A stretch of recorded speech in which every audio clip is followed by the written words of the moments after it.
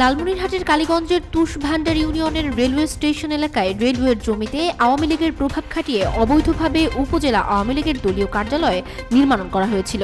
এর পাশেই সাবেক সমাজ কল্যাণ মন্ত্রী নুরুজ্জামান আহমেদের পুত্র ও সাবেক উপজেলা পরিষদ চেয়ারম্যান রাকিবুজ্জামান আহমেদ একটি পুকুরকে ঘিরে তৈরি করেছিলেন পার্ক।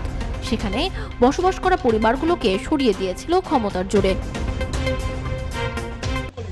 আমার একটা বাড়ি ছিল, আকিজুজ্জামান আমার খামার ভাঙি দিয়ে কোরবানির গোস্ত বন্ধ আমার খাবার দেয় নাই, এর থেকে ভাঙি দিচ্ছে। এখন আমার ভিক্ষা করি ভাত খাই, যে জায়গা দিচ্ছে আমার ভিক্ষা করি ভাত খাই।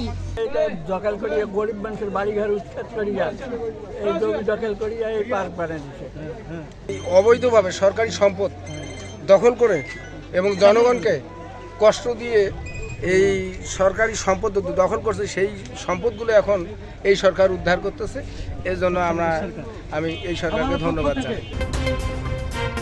এর সবকিছুই দুপুরে উচ্ছেদ করেছে লালমনিরহাট রেলওয়ের বিভাগীয় ভূ সম্পত্তি বিভাগ। এছাড়া সাবেক ওই মন্ত্রীর ভাই শামসুজ্জামান আহমেদের নির্মাণাধীন একটি স্থাপনাও গুড়িয়ে দেওয়া হয়েছে। রেল কর্তৃপক্ষ জানিয়েছে, কৃষি জমির লাইসেন্স নিয়ে শর্ত ভঙ্গ করে স্থাপনাগুলো নির্মাণ করা হয়েছিল। ফলে সেই লাইসেন্স বাতিলের পর উচ্ছেদ অভিযান পরিচালনা করা হলো।